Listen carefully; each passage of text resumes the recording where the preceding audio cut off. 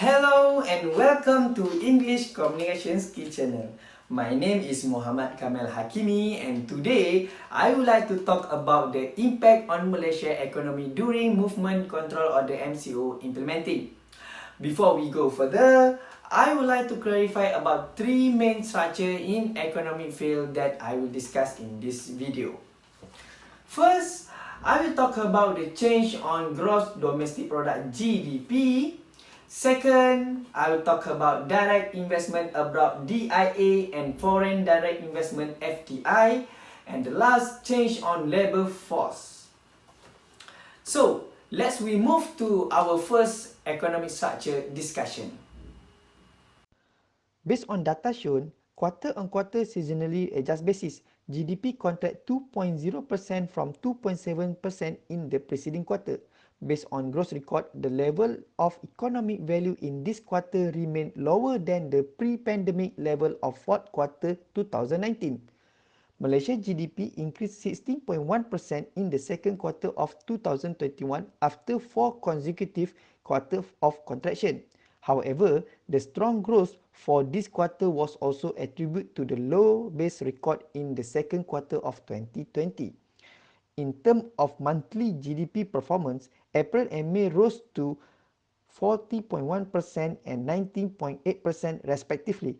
As for June, GDP dropped 4.4% influenced by a total lockdown nationwide with tightened Standard Operating Procedure (SOP) and only essential services were allowed to operate. Hence, Malaysia economy grew by 7.1% in the first half of 2021. Second structure is about DIA and FDI.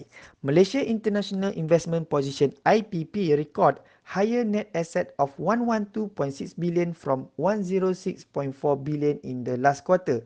This was driven by an increase of 5.9 billion in total financial asset to record 2026 billion.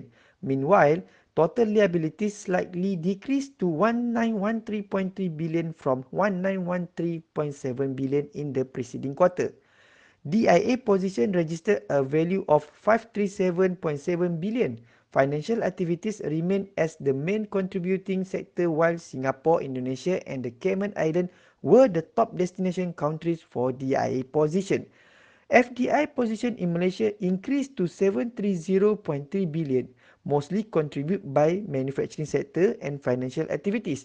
As at end of Q2 2021, Singapore, Hong Kong and Japan were the top FDI countries.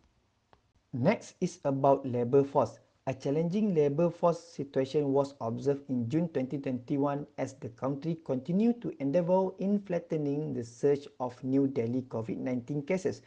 In addition, some of the labour force had moved into inactivity which led the number of labour force drop and higher unemployment rate record with a reduction in employed person.